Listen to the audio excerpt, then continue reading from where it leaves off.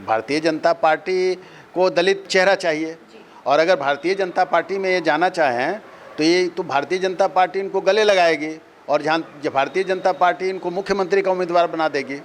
कि वो हेलीकॉप्टर और सिलाई मशीनें लिए हुए हैं, लेकिन सब लोग हेलीकॉप्टर पर चढ़ने के लिए बेचैन है। उस सिलाई मशीन को, जो पुराना चीज़ है, उसको चलाने के लिए कोई तैयार नहीं है। यहाँ के अपर कास्ट के लोगों ने, जो राजद के विरोधी थे और अति पिछड़ों ने, और साथ साथ पासवान समाज और दलित समाज तो था ही था, उन लोगों ने इस भरोसे से इनको काफ़ी मदद की थी कि ये जो हैं वो जो एनडीए का गठबंधन होगा उसको ये मदद करके और अपने स्वयं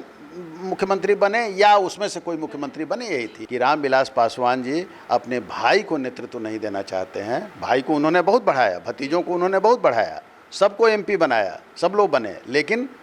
जब बात आ गई तो वही जो कहा जाता है कि भाई खून खून होता है, तो उसमें उन्होंने अपने बेटे को तरजीह दिया और बेटे को पार्टी का अध्यक्ष बनाया। नेचुरली जो बिहार की जो दलित समाज बिहार का है, और उसमें खास करके जिस पासवान समाज की बात हमने की है, वो पासवान समाज बिल्कुल आज के दिन में कहीं से भी पशुपति कुमार पारस के साथ नहीं है, और वो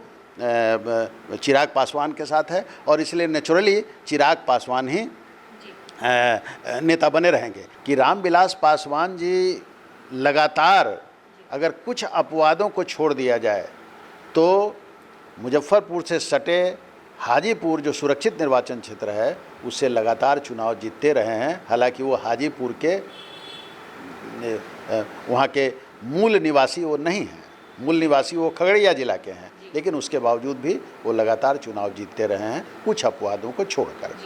भतीजे और चचा के बीच में लड़ाई होती है पार्टी के लिए, और उसमें पार्टी विभाजित हो जाती है, और चिराग पासवान अकेले बच जाते हैं, और बाकी जितने लोग हैं वो सारे लोग जो है सो एक दूसरा ग्रुप जो बनता है लोक जनशक्ति पार्टी का, जिसके नेता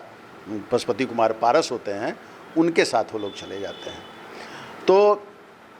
और लेकिन फिर आप देखिए कि जब 2024 का चुनाव आता है तो फिर इनको 5 सीट दिया जाता है, और ये 100% स्कोर करते हैं, यानी पाँचों का पाँचों सीट जीतते हैं।